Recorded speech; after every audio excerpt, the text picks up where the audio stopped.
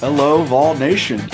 Welcome to another episode of Believe in Tennessee Football. I'm your host, as always, Kyler Kervison, with my co-host, Reed Bacon.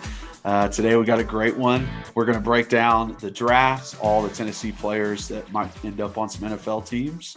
Then we have a special guest in Cole Cubelic. He's going to tell us his thoughts on the Tennessee offense, what Heupel's doing with the team, how he thinks they'll do this upcoming year, some teams to look out for that we're going to be playing, and also tells us about some SEC East and West teams that are going to be pretty good this year. So very great interview with him. So glad he came on. And then I've got a big orange juice, bringing that back. That's quite a juicy one about a player, that I played with that got into a little stealing. So it's a good story. You're not going to want to miss it. So let's jump into it. The game. Snap. The kick is in the air, and the kick this time is no, sir-ree.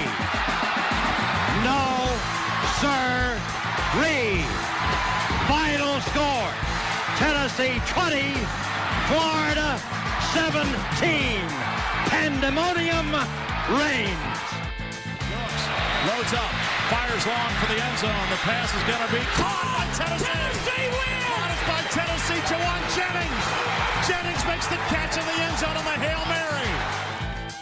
Down to the 35, to the 40, to the 45, to the 50, to the 45, to the 40, to the 35, 30, 25, 20, 15, 10, 5. What did he do? All he did was score. Joey Pence, touchdown on play number 1. All right, so before we jump into the show, we got to start with our presenting sponsor, Bet Online. So I know March Madness is over, but you still got the NBA, you got NHL going on right now, so there's plenty of things to be betting on, and Bet Online is the place to do it. Bet Online is the fastest and easiest way to bet on all your sports action. It has you covered with all the news, the scores, the odds, and it's the best way to place your bets, and it's free to sign up. So head to the website betonline.ag or use your mobile device and sign up today and receive a 50% welcome bonus on your first deposit. Bet Online, your online sportsbook experts. All right, welcome on, everybody. Before we get into the amazing interview with Cole Cubelic, me and Reed want to talk about this weekend and the draft and some of the UT players, where they sit, their chances on their new teams, and just kind of dive into that. So, Reed, how you doing, bud? How was your weekend? Good weekend. I've basically been celebrating my birthday weekend, even though my birthday is tomorrow, Monday, May 3rd. You're reminding everybody so they send you gifts or something? Your boy is old. I feel so old. I will be the big 3-0 tomorrow, and it stinks. Ooh, yeah, that's a tough one. Yeah, it's not fun. Not fun. No, I've had a great weekend. I love the draft. I am a massive, massive draft junkie. So Thursday night, Friday night, and even a little bit into Saturday I watched. So good weekend. And I'm excited to kind of dive in and talk about kind of where some of these UT players went. And I will say this, I'm very bummed, very, very bummed that I missed wasn't able to do the Cole, Mr. Cubelic interview with you. I basically couldn't get out of bed all last Monday because of my back, so that was fun. So we didn't have much window time to get ready, and I wanted to come in here and do it, but it was probably better for you and him just to do it anyways. Yeah, I mean, it's a quick one, 20 minutes, but I got some good stuff out of him. I actually got him on right before he went on SVP. So it's like I got the cutting edge, even though I'm putting it out a week later. But yeah, exactly. Anyways, so we'll jump right into it. We'll start with Josh Palmer. He was the first Tennessee player taken, 77th pick overall. I just feel, honestly, like when I look at it, I feel bad for Josh because he probably could have gotten higher if our quarterback play wasn't so terrible last year. I mean, multiple people were saying that as, could have been a higher round, could have been an even higher pick. Guy only had 500 yards receiving or less than that last year. So it just stinks that he wasn't able to get good quarterback play to put him in position.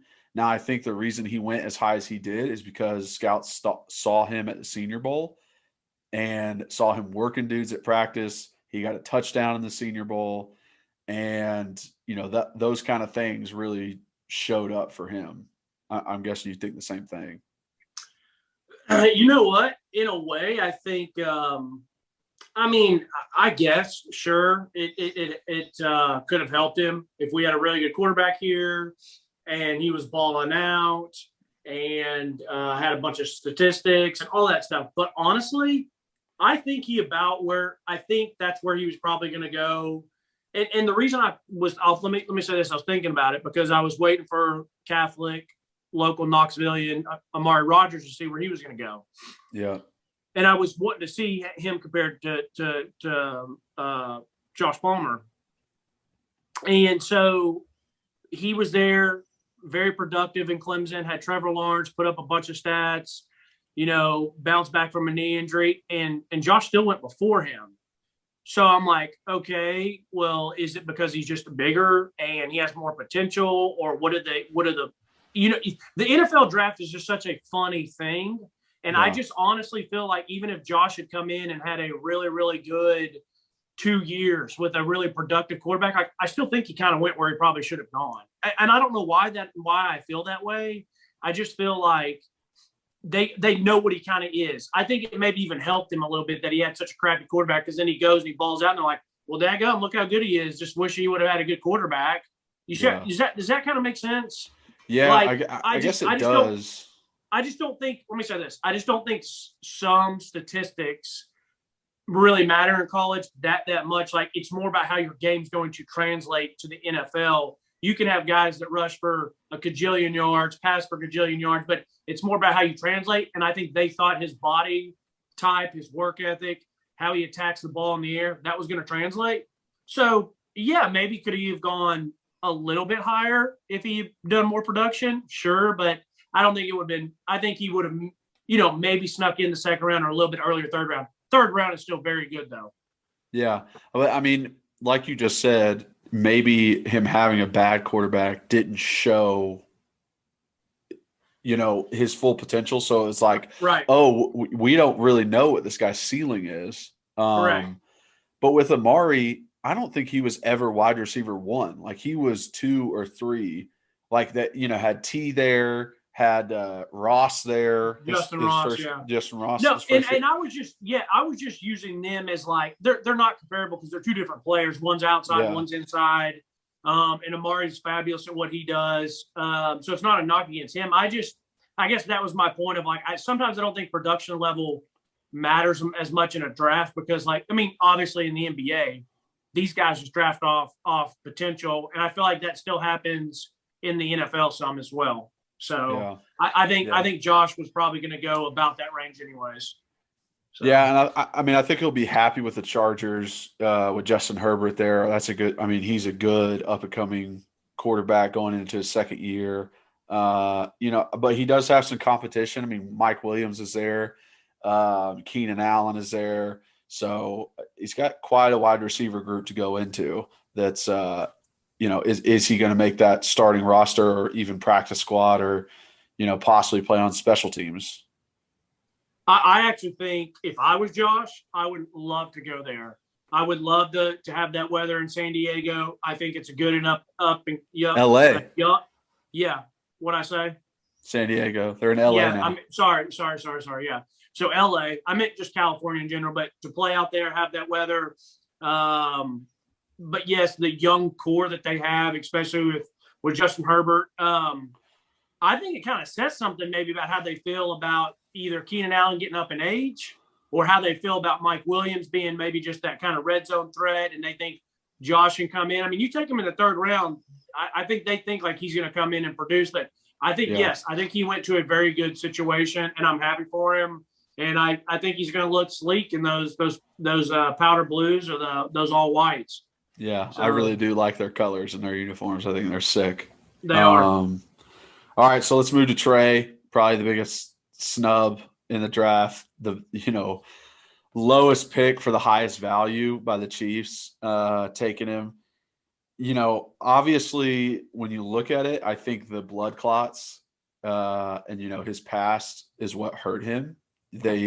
Teams just didn't necessarily want to take a risk and thought it was a risk.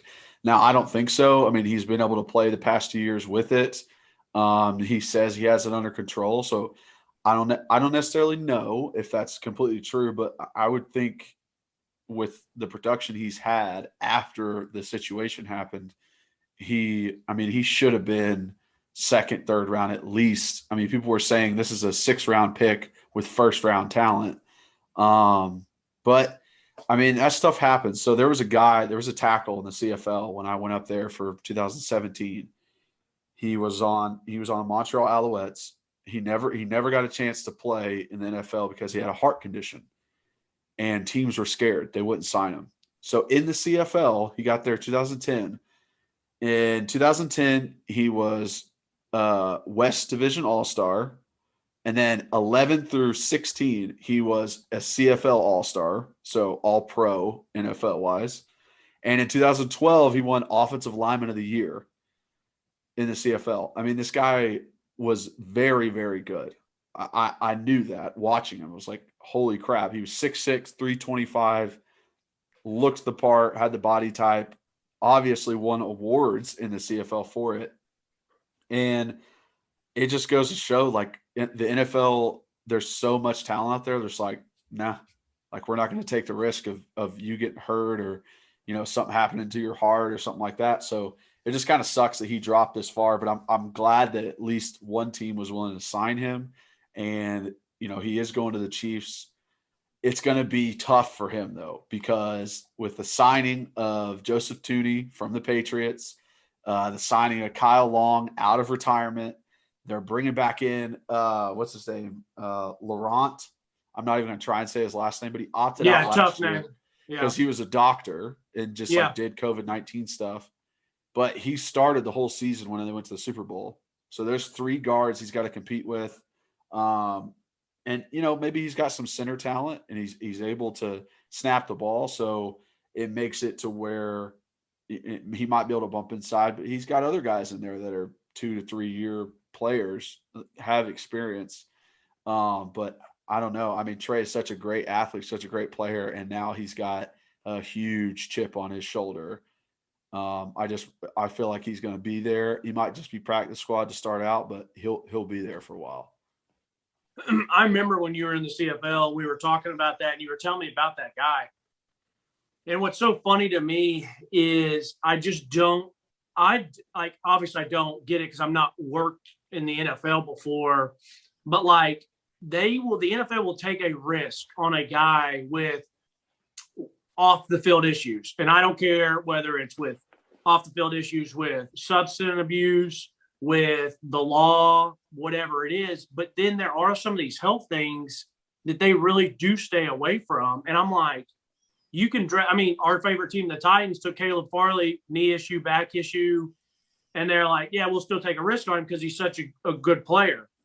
There's nobody that I would have loved to take a risk on more than with Trey.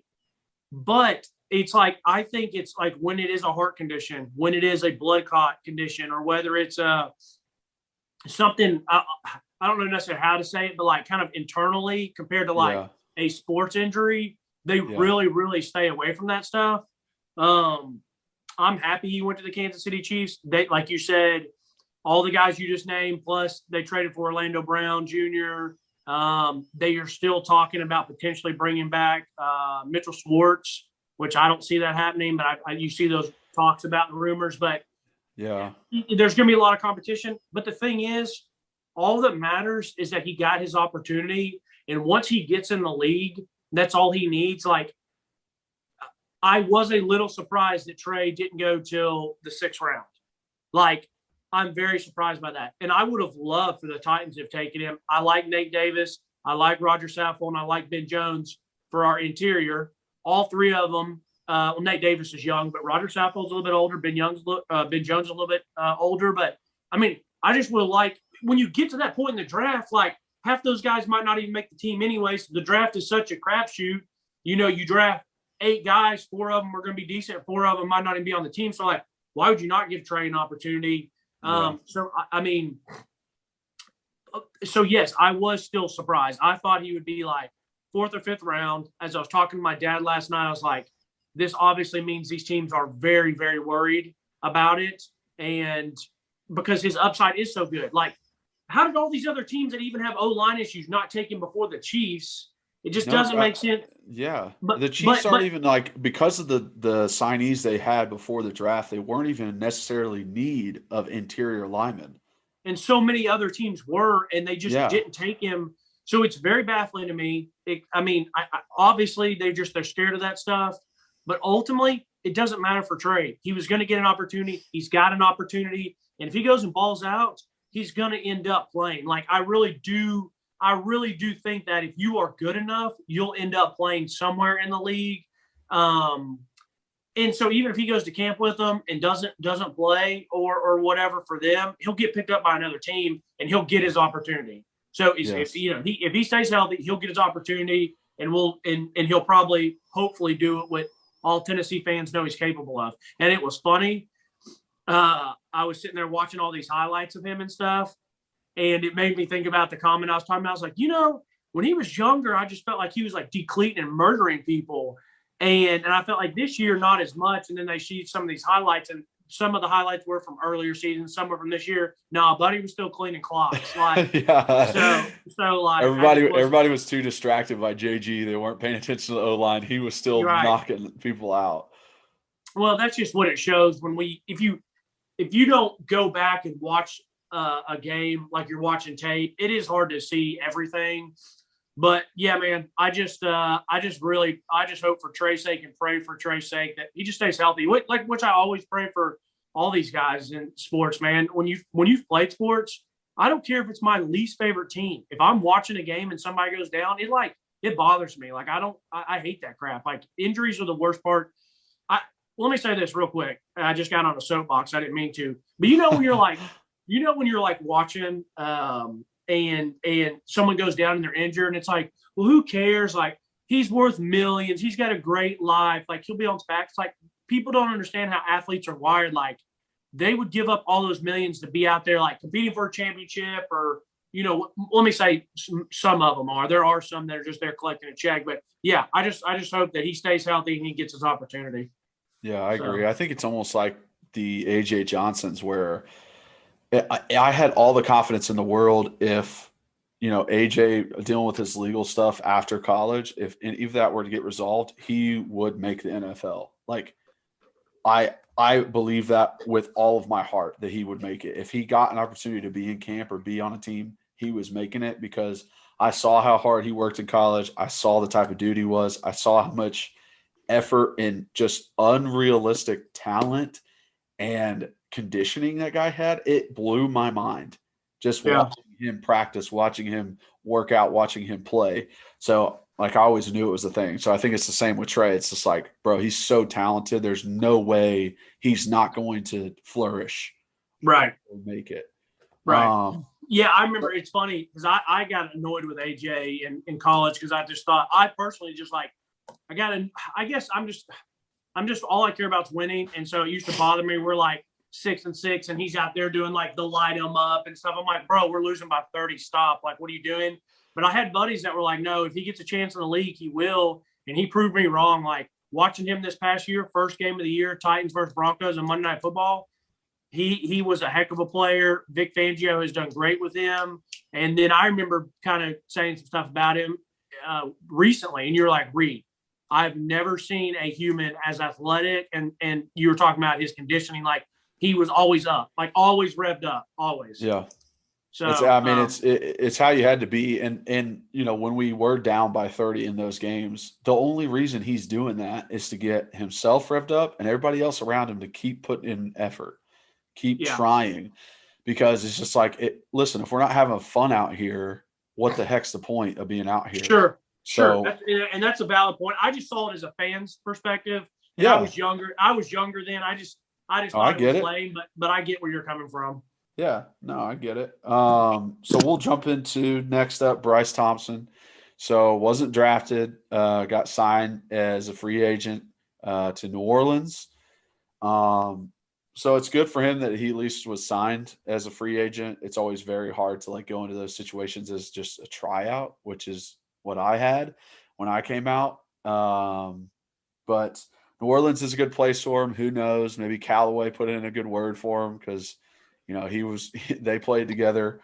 But, I have no idea if it has anything to do with, Jeremy Pruitt and the defense he was running and what happened with Bryce. But, he exploded on his scene his first year and was doing so well. And it just kind of seemed like you didn't see him as much as he got older. And I don't know if that hurt him. I don't know exactly what it was that hurt him so much. I mean, I saw some stuff that, they talked about his tackling, that he was kind of timid when he came up and tackled, but he was a good coverage guy. So, I see obviously special teams is what you got to make a name for when you're an undrafted free agent and be able to step in and just play everything. Yes to everything is how you have to attack it. But, I wish the best for Bryce. I think he can be a good player. I like Bryce a lot. I don't really know what the DB situation down in New Orleans is right now. All I know is that they lost Jack Ravage and Norris Jenkins because he's now a Tennessee Titan. But I don't know what else is, who else is left. I know they still have Marcus Williams. They still have Marcus Lattimore. Man, I would love for Bryce Thompson to make that team. Love for him to make that team. He would look so sick in the All Blacks, running around, making plays down there in the Superdome. That's funny. You said that you heard that he was better in coverage and he was a good tackler. I thought he was a very willing tackler, come up, make some nice physical plays. And I thought it was more of his coverage that whether he'd get a PI or whatever. Once again, we're both talking out of just memory and trying to remember watching him on TV compared to like actually breaking down his film. But I've always liked him. I always liked how he approached the game. So I hope nothing for the best for him. And it's a good organization he went to. So I hope he can catch on. Yeah, so it does look like the Saints actually picked a corner, Paulson Adebo, I guess, in the third round. So that does kind of hurt Bryce. Is that the only DB they took, though? That's the only DB they took. That's good then. That's good then. But if they didn't take a DB at all, it would probably have been better. I'm just saying. Well, obviously, but still, yeah. I mean, they could have been like the Titans. Titans took, 3. Yeah, so I mean, the fact that they only took one's not bad for him.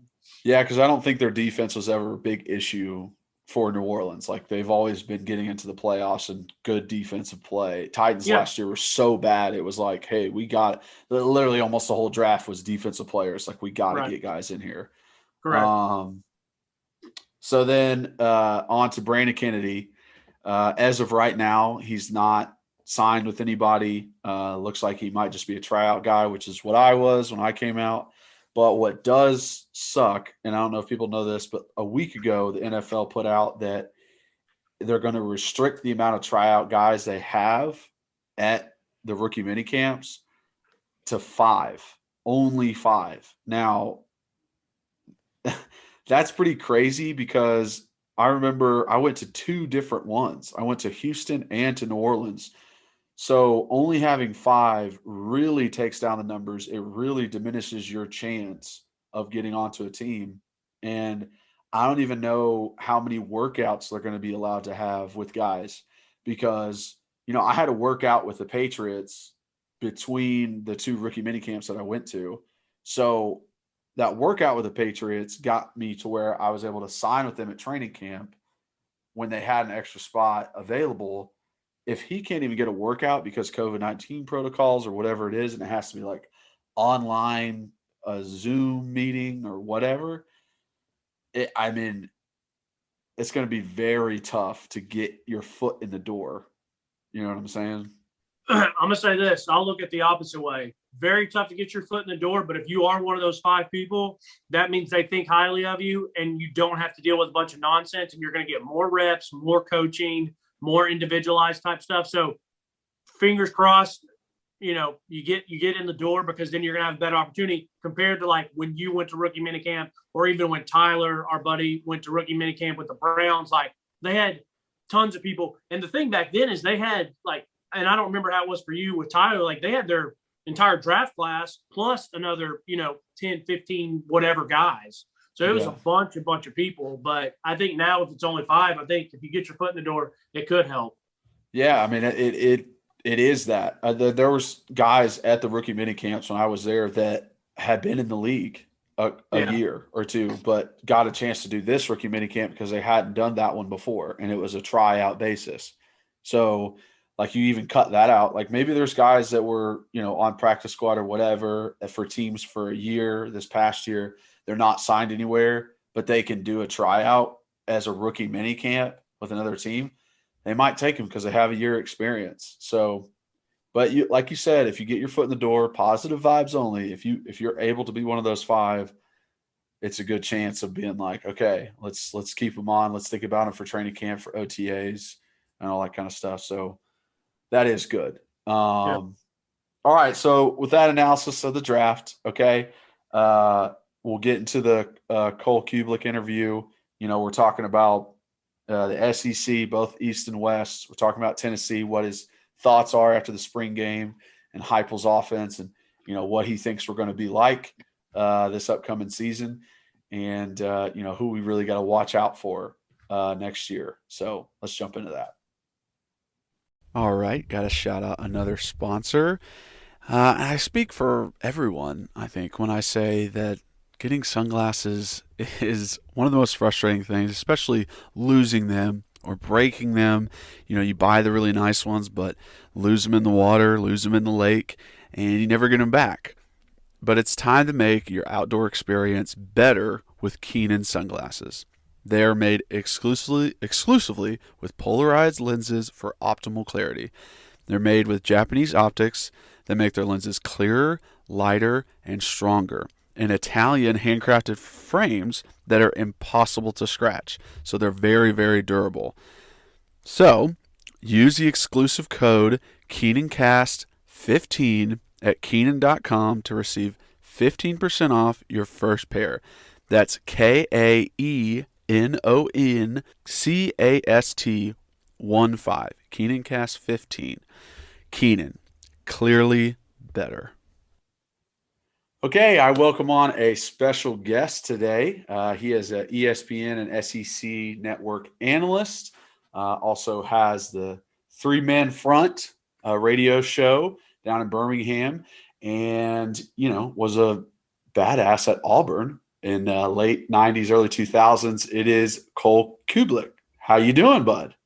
Hey, man, doing well. Thank you very much for having me. Yeah, man, I really appreciate you coming on. Obviously, I have a certain feeling towards you being a fellow offensive lineman. I'd love to get your takes on, stuff going around the SEC and what you're thinking. So I'll start off with this. Don't know if you got a chance to watch the spring game, this past weekend, Tennessee, orange and white game. But do you have any thoughts on, Heupel as a head coach? You probably covered him when he was at Missouri, so you have a little bit of knowledge on him. And, his philosophy is up-tempo offense because, honestly, it is something that I think the Tennessee faithful are starving for with the mundane offense we had last year. I got to watch most of it. I kind of blasted through it yesterday. I tried to watch all of them. I had an FCS game Saturday afternoon, so didn't get to really lock into them during the day Saturday. The first thing that stuck out to me is opportunity. And I think what you're going to see through new, innovative, creative, different passing concepts is that Tennessee's going to have opportunities to take their shots down the field. They're going to have opportunities to create explosive plays. And I don't know if you really have to be Peyton Manning at quarterback to be able to be successful in finding space and creating space and being able to create some of those explosive plays. I thought Hendon Hooker did some nice things. I was worried about the offensive line, but with what I saw at tailback, what I saw with some of the receivers downfield, Vales Jones had a nice game, did some nice things. And then the quarterbacks, I thought Maurer was a guy that showed how competitive he was more than anything else. And, maybe better wheels than a lot of people give him credit for. And that scheme, that design, that offense, the X's and O's that he's going to put out there they're going to give Tennessee more opportunities to score. They just are. That doesn't change my opinion about their ability to run the football. That does not include tempo. Obviously, both Mays brothers are back. You might be okay at right tackle as well, but it's going to be a completely retooled offensive line with some serious prowess that's gone, obviously with Trey and Wanye moving on. So Jameer as well. I'll be interested to see the defense because I had a lot of concerns before. And while a lot of my questions were answered offensively watching most of that game, I think I might have more questions about the defense now. I wonder, linebacker seems like a position that is not one of strength. I don't know how many guys that are going to consistently be able to disrupt up front that they're going to have. And obviously, not a ton of playmakers on the back end. So I actually, my concerns, my worries about the offense have been eased a little bit, but I might have more about defense based on what I saw in that game. Yeah, I agree with what you're saying. I mean, I kind of put it out as, I see Maurer as the front runner right now at quarterback. I don't necessarily see Hooker as the guy coming in, even though he does have the most experience. And offensive line looks like it's going to be our strong point, even though we are replacing guys just offensively. And like you said, defense, I've said it the past few weeks on the podcast, is just, it's not there. They're missing dudes on that defense. I mean, losing a lot of linebackers this year. Henry To'oTo'o just being a leader out there, and us losing him was huge. And it really does seem like this might be Ole Miss of last year, where it's just score, up tempo, but we're letting up a lot of points too. And honestly, it might be a fun thing to watch in the short term in this year, but it's definitely something we need to turn around. Now, let's go into, the SEC East. Obviously, Tennessee this year, it's not going to be, a 7, 8, 9 win season. It's, we're trying to get bowl eligible this year. Is there a team that we really need to watch out for that's, not the Florida, not the Georgia, but one of the middle of the pack teams where it's, hey, this is going to be one of the toughest fights that we're going to get all year? Yeah, South Alabama. Their I mean, that makes sense. Their quarterback is going to be a guy that's competed against Tennessee before, in Jake Bentley, former South Carolina quarterback. And Kane Womack does an excellent job, especially with his defense. Go back and look at what he did against Indiana when he was a D coordinator there. He's a guy that brings some legitimate prowess on that side of the ball. And I think that place is a sleeping giant first and foremost. I mean, you should be able to recruit within a 50-mile radius. I mean, you take the old Schnellenberger blueprint and draw like a 50-mile circle around your campus, and there ought to be enough talent there for you to get like the second and third string guys that nobody wants and still be able to put good football teams together. So I think that'll be a dangerous matchup, especially late in the season if Tennessee's beat up and Jake Bentley's finding a way to play well and they're moving the ball. All of a sudden, that could be a game that's problematic, and I'm dead serious when I say that. The good news for Tennessee is you open up with Bowling Green, and if you can't beat Bowling Green, you should probably shut football down. So I think that that obviously will be a plus. And I think there are a lot of questions in the division this year. I mean, Florida's going to take a pretty big step back, but there'll still be a big talent gap. Actually, I mean, I have questions about Kentucky, but I think there's a chance that they could be a pretty good football team. I mean, the offensive line is going to be great. Pretty much everybody back except Drake Jackson.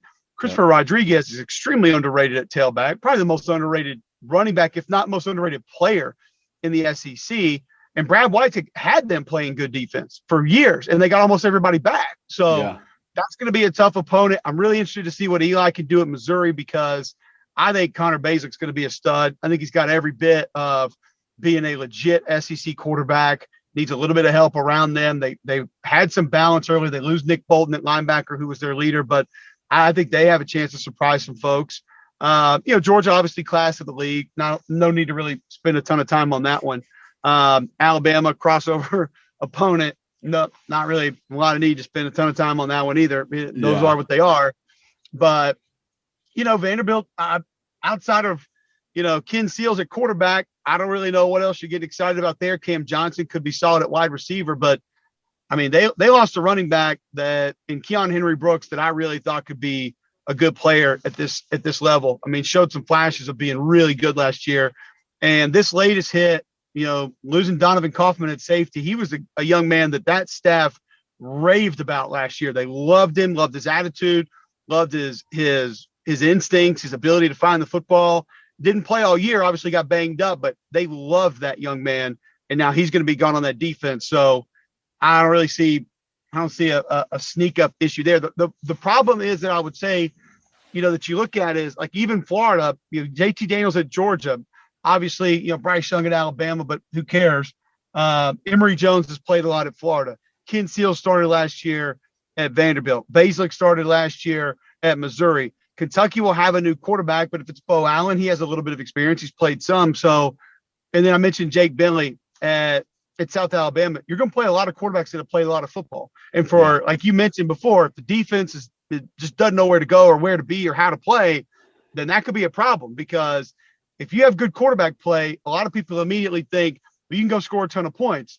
But if you have a good quarterback that knows how to manage your game and can score points, knowing how to slow things down, knowing how to take checkdowns, knowing how to move the chains, knowing how to maintain possession, and then get points, all of a sudden that puts your offense that's going warp speed in a bad spot, because your defense obviously isn't able to hold up their end of the deal. So it's going to be an interesting season. But I had almost no expectations, but actually grew some expectations based on what I saw offensively in Tennessee's spring game over the weekend.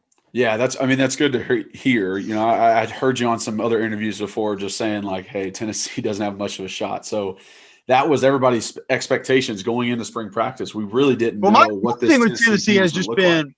My thing has just been, we don't know.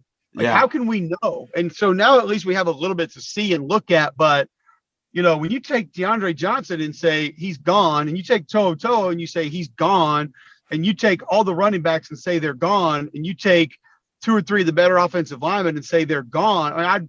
At some point, I got to sit back there and say, all right, I don't even know what you are. Like, I have no idea like what this team is. Yeah. And then you bring in a new staff with new schemes, and there's always some issues with the turnover there. So, I think Josh is a guy that knows how to run an offense and manage an offense, and he's got some head coaching experience. We all know it's different in this league, but it all comes down to managing people.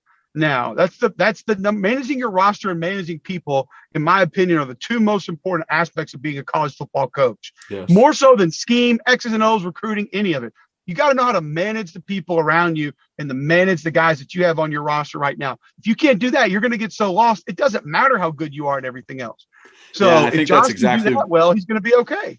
I think that's exactly what happened to us last year. I think there was a management issue with Jeremy Pruitt, especially at the quarterback position, just leaving Garantano in there and giving him so many starts and reps. And a lot of, Tennessee faithful were pretty upset with that. And it was one of the reasons why they wanted him out. It was just the mismanaged of the maybe, but position. I will honestly say, if you watched it, and I understand that throwing the ball to the other team is a big problem. I get it. But if you watch them all, there was literally no question at who gave you the best opportunity to create things and push the ball down the field and drive the ball into places that nobody else could. And he was that guy. Now, it's unfortunate that he also seemed to find the wrong color jersey a lot of the time.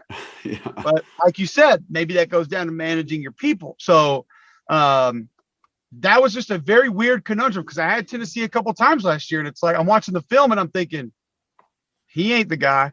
He ain't the guy. He ain't the guy, because they physically could not do what Jarrett could do. Yeah. And if the run game would have stayed where it was early and where we thought it was going to be, then I think you could have gotten away with another guy.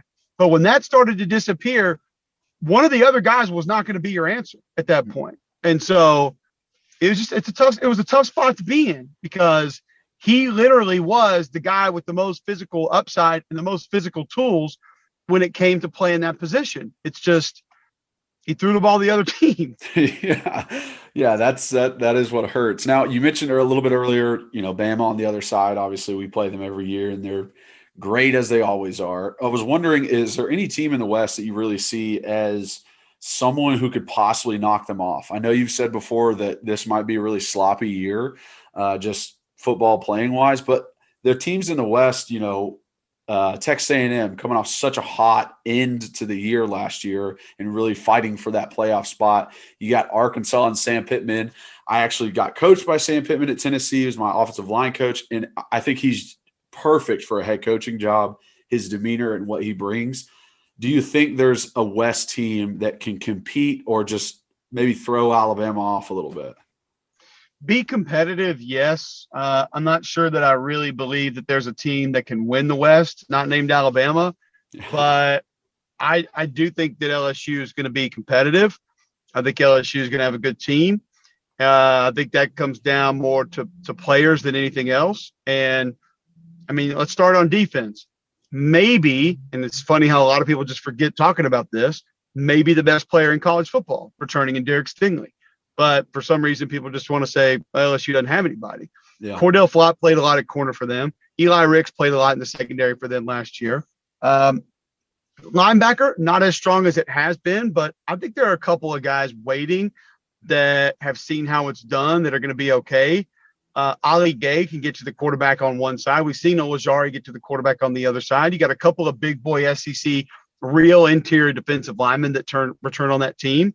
And then offensively, I think Max Johnson will win the quarterback spot. But if it's Miles Brennan, he's got off to a great start last year. It looked like he was going to be the guy. TJ Finley has more starts than both those guys do. But I think one of those two wins it.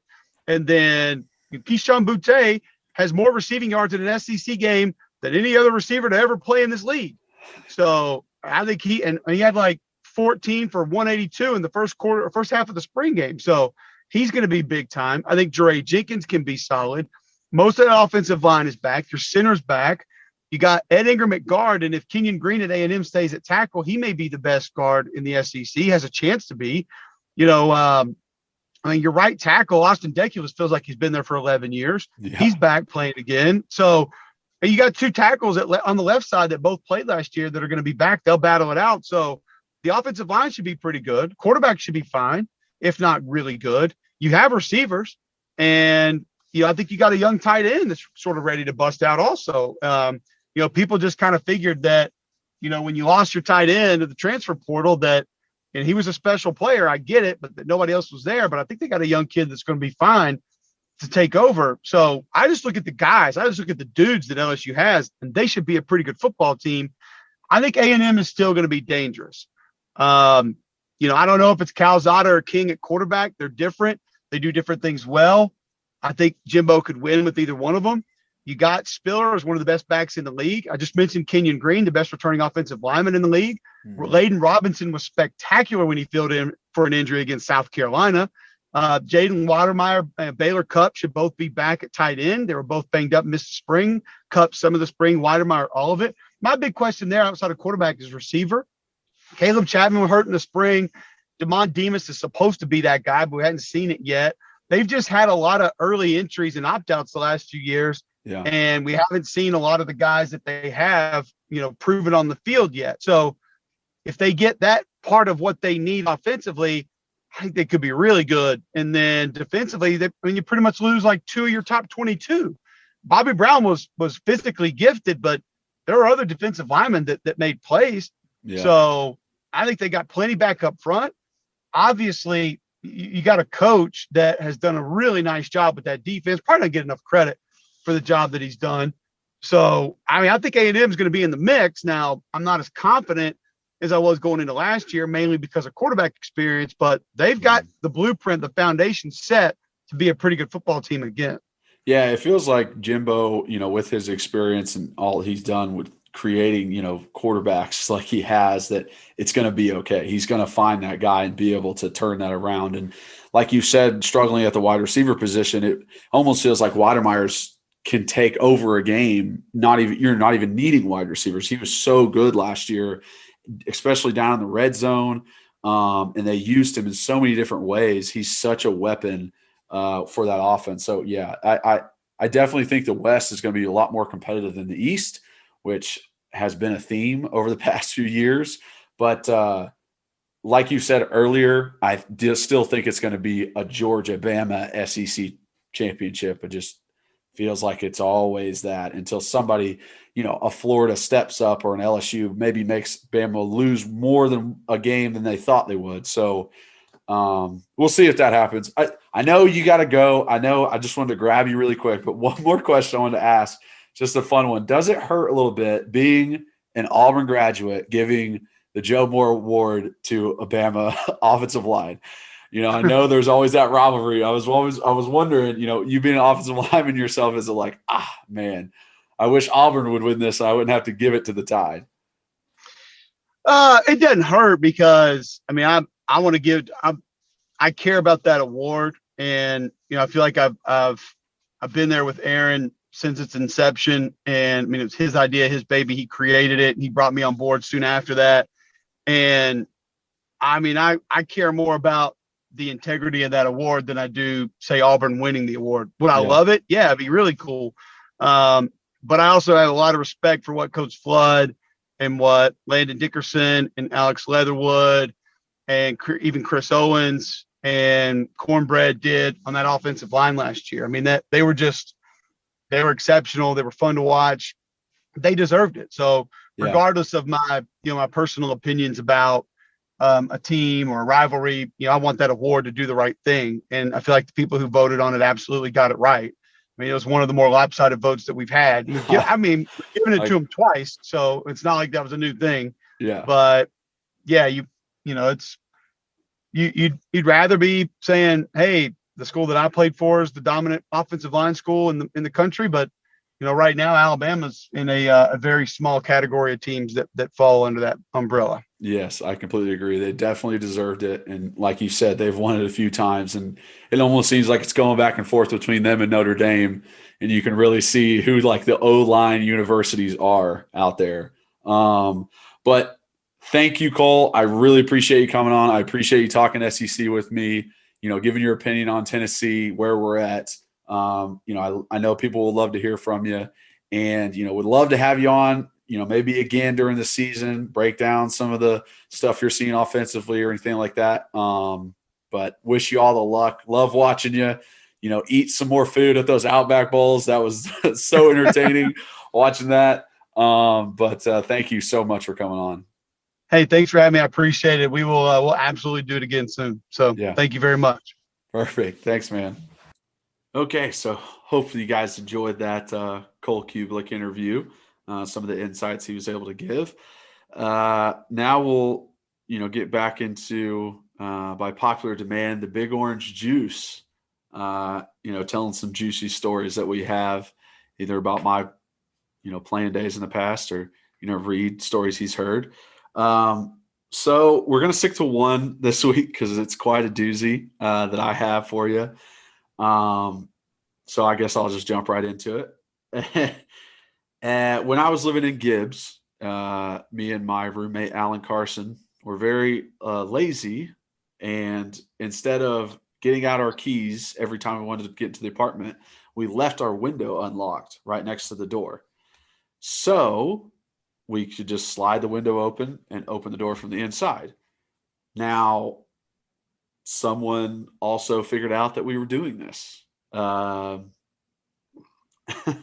And realized, I can just walk into their apartment when they're not here and take things that I want. So I had an iPod Touch, if everybody remembers those from back in the day, sitting in my desk that was right there next to the door. And apparently someone came in, took my iPod Touch, and I came back after a practice one day, was looking for it, kind of confused, like, did I misplace it? What the heck happened? Because, it didn't look like anybody was in there. It didn't look like anything was taken. Anything was moved around at all, which is, the best sign of a good thief, that nothing actually happened. So I, at that time, find my iPhone, find my iPod, whatever. So did the little find my iPod. And it was in between the Thornton Center and Gibbs. It was moving towards Gibbs. It's like, so person still has it on them. This isn't like Seoul than in Wisconsin right now. Like, it's still on campus. So I'm like, how in the heck do I get a hold of this? Turns out it comes into Gibbs and then is sitting in one spot in Gibbs for a very long time on the edge. So my thought is, okay, someone in Gibbs who lives in Gibbs came down and stole this out of my room, and now they're up in their apartment with it. Now, Gibbs has 5 floors. So I go to a couple offensive line buddies in Matt Crowder and Antonio Richardson and say, hey, look, I got to go find my iPod, and someone here stole it, and I would love to have some backup to confront them. And they were all gung-ho about it. OLP, we got each other's backs. No big deal. Let's go find this. So there's 5 floors. So we start on the first floor and just check each floor at that specific spot because we know it's in the corner, but we don't know what floor it's on. So we start checking the floors. We get to the 4th floor, knock on the door. A fellow teammate opens the door. And I don't necessarily know if I want to give out the name because I don't want to be a snitch or anything. But the guy ended up having to leave the team for similar issues. Was a very big recruit out of Tennessee. So let's say that. Hold on. Well, you go ahead and finish the story, then I'll just go ahead and kind of spill the beans. Okay. So knock on the door. He opens the door. What's up? I'm like, hey, so I seem to have misplaced my iPod. I did the Find My iPhone. It says it's, right around this area in Gibbs. Would you know anything about that? He looks around, sees all 3 of it. No, I don't know. No, I don't know anything about that. Really? But you haven't, seen anything? Heard anything? No. Very guilty. Very, very guilty. I was like, all right, well, maybe it's someone on the other floors. We're going to keep checking. But, if you hear anything, let us know, because I just want it back. Like, no big deal. I just want it back. You go, oh, okay. Yeah. I will. All right. Thanks, man. Thanks. And as soon as he closed the door, we looked at each other. Me, Mac, and Antonio. Yeah, he took it. For sure. The most guilty face you could ever have. Didn't know what to say when we confronted him. Like, definitely took it. And then about a day later, I come back from practice, and what's in my desk but my iPod Touch? So looks like we scared him into returning it. But, like you said, I guess I should just say it because turns out about a year later, he gets busted for stealing laptops from the baseball players and gets kicked off the team. So looks like it was already written in the sand of what he was going to do. And I have no idea why he was into this, what his deal was, and why he even was wanting to steal from teammates, man. Like, it's kind of messed up.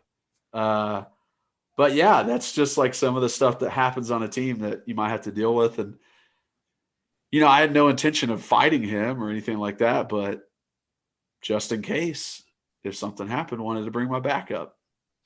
Well, a couple things here. I love the story. Okay, a couple things. You never told me this either when you told me that when I've heard this story before. When you knocked on any of the other doors, did people just not answer? Or was he like one of the only ones to answer? Because you've never told me how the other people acted or like who you confronted. Yeah, I think honestly, I think we went to his room first. Like we knew that he lived in that room. We went to his room first and was like, I bet it's him. Okay, so you really did like seek him out first. Yeah, because I think someone said that he lives like on that, like he lives in that corner on the 4th floor. And I was like, okay, because no one else, like, I just don't see other guys like understanding that because like Cam had, hung out with us before Yeah. And, I just said his name, but it was Cameron Clear. Yeah. But he had hung out with us before, in other Gibbs apartments or in ours and stuff like that. So it just seemed like it had to be an inside job. First off, when you say we were really lazy and did you just leave the window up the whole time? Or No, would you slide the window up? So it slid back and forth. So we would it slide it up. closed, slide it open the door, slide it closed. I feel like pulling your keys out is just as easy as that, honestly, because I'm very lazy about stuff like that. I'm very efficient. But I feel like instead of sliding, reaching around, and opening it, just pull your keys out or just leave the thing unlocked. Yeah, just don't be a stupid 18-year-old. How about that? Like who? You? Us. You don't be idiots. I would just leave it unlocked. Like I had there's plenty of apartments I've lived in my times. And there were some of them we locked. We double locked. And then there was other times we never locked them because it was like, we just necessarily weren't worried. But it really stinks about him because he was a big, big time recruit. And what I mean by big time recruit, I mean lots of potential. So 4-star kid, 6'5", 6'6", whatever he was, 250 something plus pounds, looked great. He ended up getting another opportunity at Texas A&M. But the whole stealing stuff, man, from a teammate, I just can't. It's just tough. It's just really, really tough. And it's really tough for these coaches who want to build that family atmosphere. But there's a lot of people that come from a lot of different backgrounds and all they know is you got to look out for themselves or something. But I remember being in Memphis and we took a kid because of his talent. He was not very big at all. He was probably 5'11", 6 foot, 175 pounds, just a little jitterbug. He played at Mississippi State, obviously gets kicked out of there for stealing, comes to Memphis, good little athlete, good player, would have really done well there. I honestly don't think he made it through the season, and he got kicked off for stealing. So it's just like, you know what I mean? It's like, what are you doing, bro? Like, you got an opportunity. Cam had an opportunity from you guys. You could have easily said, you could have made it a much bigger deal than it really was. You could have made it a much bigger deal. He stole from you, but you handled it well. And then obviously he didn't learn his lesson. So whatever. Yeah. I didn't want him to get in trouble. Like, that was not what I wanted out of that. Like, all I really wanted was my iPod touchback. I love that's how, because I love that's how you handled it. I probably would have been furious or whatever. What obviously I'm not. What am I going to do to Cam Clear? Punch him in his. Yeah, section. Exactly. That's why I needed that backup. I'm big, but he was all of 6'6", 280. Yeah, with a 6-pack. I'm not kidding. That's literally what he was 6'6", 280. I know. Had a 6-pack. It was crazy. But anyways, I'm not going to tell Big Orange Juice this week. I will say, I just want to wrap up a couple things. First off, we've had some people reach out to us on the phone line and on Twitter. Thank you for all the DMs and for the nice compliments and for reaching out. And I've had a couple people reach out with good questions. We will get to those. A lot of them are about recruiting in-state. I love the question about asking us to break down the schedule next year, because that's something I do want to do, and I'm very excited to do that. So we're going to be doing that with the upcoming podcast. Still going to have some different guests here and there. So that's pretty much what I want to say, is just thank you for reaching out. Thank you for the nice words. We will answer all your guys' questions. A few other shout outs. Taylor Brown, former, Catholic student and buddy of mine and friend. And he's actually a great person I love to talk sports with, because he went to Bowling Green. He worked in the recruiting office at Bowling Green. He worked in the recruiting and football office at Notre Dame. He's at Western Kentucky now as the director of football ops. So he's been around the game, and I love picking his brain about recruits that we have, or we'll talk about, because that's all he does. That's literally his job. And he's done it at a bunch of different colleges, a bunch of different places. And so I do like to pick his brain. And he's honest. Sometimes he's like, Reed, that kid's a player. He's going to be really good at Tennessee. Or he's like, hey, no, he's probably at this level, or, another level. So Taylor Brown's been listening. I appreciate that. my wonderful, awesome, amazing girlfriend, Ariel. I can't get my parents to listen. Oh, and my sister. Hey, so my parents don't even listen. They just like don't get it, don't understand how to do it. But my sister, Ariel, they're the ones of the family that listen. So I appreciate that. Yeah. But really appreciate all the kind words that we've gotten, and we will be answering all the questions that people hit us with, through the phone or social media.